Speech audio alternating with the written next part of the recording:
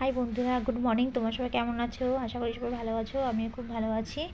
তো দেখো, সকাল সকাল চলে এসেছি আজকে রান্নাঘরে। রান্না করতে দেখো, পাকা পটল আর তেলাপিয়া মাছ নিয়ে এসছে। আর দেখো, আমের আচার করেছি আমি। তোমাকে ভিডিও দেখাতে পারিনি। কেন দেখাতে পারিনি কি বলবো, ফোনে যেহেতু ব্যাটারিটা ছিল না, ফোনের চার্জ ছিল না। তোমরা তো জানো যে কদিন ধরে ঝড় বৃষ্টি হচ্ছে, আর আমাদের দিকে তো কারেন্ট ছিলই না। এর জন্য তোমাদেরকে ভিডিও দিতে পারিনি। আর প্রথম কথা হচ্ছে, আমার শরীরটা এমনি খুবই খারাপ আছে, এখনও আছে, খুব একটা ভালো নেই আমি, শরীর খারাপ আছে। এর জন্য ঠিকমতো ভিডিওটা ডেলি দিতে পারি না আমি। আর দেখো কি রৌদ্র উঠেছে। আর হচ্ছে কি, আমার ঘরটা সব গোছানো হয়ে গেছে, আর পুজোটাও দেওয়া হয়ে গেছে। কেননা পুজো না দিয়ে, যেহেতু বৃহস্পতিবার, এর জন্য পুজো সকাল সকাল স্নান টান করে সব কিছু কাজ টাজ গুছিয়ে স্নান করে পুজো দিয়ে তবে রান্না করতে এসেছি। আর তোমরা তো দেখছো যে আমি মশলা করছি, দেখতে পাচ্ছি শিলে। আর জানো তো, আমার এই শিলটা না মশলা করতে ভীষণ ভালো লাগে। আর আমার শিলটা না সবাই পছন্দ করে, এত সুন্দর শিল আমার। এত এক পিছনে আমার পুরো মশলা পুরো পেস্ট হয়ে যায়। তো বন্ধুরা, এত গরম পড়ছে না, তোমাদের কী বলবো। এত এই বৃষ্টি ঝড় হয়ে গেছে, তারপরেও গরম পড়ছে এত। আর এই যে কর্মচারী তো বাড়িতে নেই, উনি একটু কাজে গেছে। তো আসলে আমার হাতে হাতে হেল্প করে দিত বাড়িতে থাকলে, কিন্তু তো বাড়িতে নেই, যেহেতু বিকালে আসবে। আর বিকালে আমার একটু ডক্টরের কাছে যেতে হবে যেহেতু। আর জানো তো, এই গরমে না ভীষণ হেয়ার ফল হচ্ছে আমার আমার সব চুল উঠে যাচ্ছে, তোমাদের কী বলবো। আর দেখো, ঝিঙেটাতেও একটা চুল পড়েছে, ওই জন্য তো ফেলে দিলাম।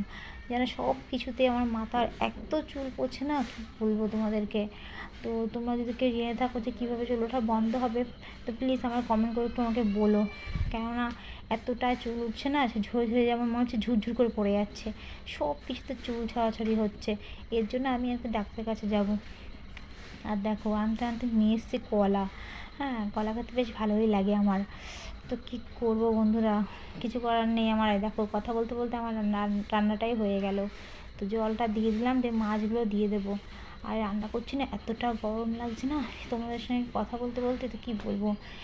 এতটাই গরম পড়ছে, মনে হচ্ছে না একটু বৃষ্টি হলে ভালো হয়। ঝড় না হোক, কিন্তু বৃষ্টি হোক। বৃষ্টি হলে বেশ ঠান্ডা ঠান্ডা ওয়েদারটা থাকে, বেশ ভালো হয়। কেন বলো তো বলছি, যে গরম পড়লে না সত্যি শরীরটা আমার খুব অস্বস্তি লাগে। আর নিজেরই একটু শরীরটা খারাপ, এর জন্যই ঠান্ডা পড়লে আমার ভালো লাগে। আর প্রথম কথা হচ্ছে, আমার ঘরে তো খাট নেই, জাজিম, এর জন্য নিচে থাকি। যেহেতু খাট থাকলে খুব ভালোই হয়। তো খাটটা ইচ্ছা আছে খাটটা খুব তাড়াতাড়ি নিয়ে নেওয়ার। আর দুধারে দুটো জানলা আছে, তো খাটটা নিলে আমার তো খুব সুবিধাই হবে। কেননা দুধারে জানলাতে খুবই হাওয়া আসে, কেননা নিচে হাওয়া ঢুকতে পারে না, কারণ জাজিমের উপরে কখনো নিচে ভালো হাওয়া ঢোকে না। এর জন্য ইচ্ছা আছে বন্ধুরা, তাড়াতাড়ি খাটটা নেওয়ার।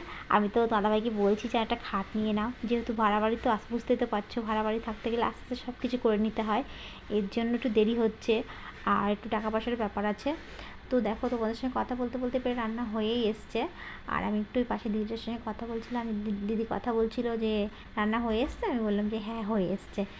তো রান্না প্রায় হয়েই গেছে, এগুলো মুছছি। আর মুছতে মুছতে তোমাদের একটা কথা বলছি, যে কি বলবো তোমাদের একটা কথা, বেশ ভুলেই গেছি, কি বলবো বলে সেটা ভুলে গেছি।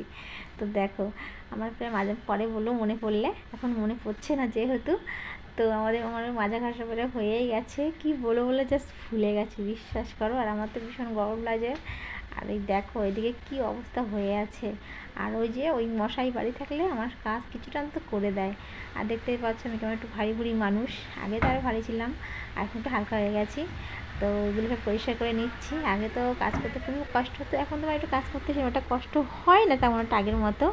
উফ, ভীষণ গরম লাগছে, তো ঘরে চলে এসেছি আমি, ঘামুচ্ছি বন্ধুরা। দেখো, ফ্যান ছেড়ে দিয়েছি।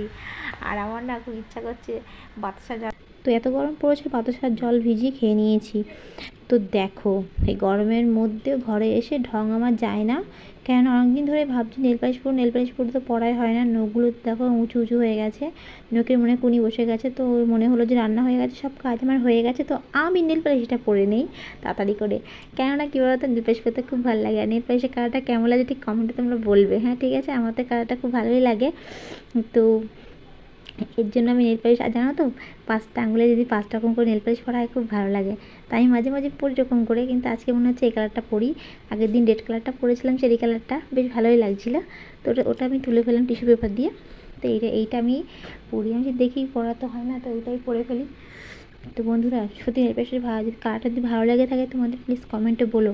আর আমার ইনস্টাগ্রামে একটা চ্যানেল আছে বকুল দাস, ওখানে তোমরা প্লিজ আমাকে গিয়ে ফলো করবে, কিন্তু প্লিজ ফলো করো, তোমার রিকোয়েস্ট থাকলো তোমাদের কাছে, ওটাকে ফলো করবে। আর দেখো কেমন লাগছে প্লিজ কমেন্টে বলো।